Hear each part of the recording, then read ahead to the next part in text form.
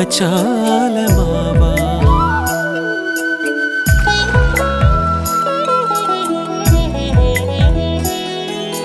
മൂക്കിൽ മുല്ല പൂക്കുന്ന മാനത്തെ കുടിലിൻ്റെ തളർവാതിൽ ചാരി വരുമ്പോൾ മറ്റാരും കണ്ടില്ലെന്നാവാം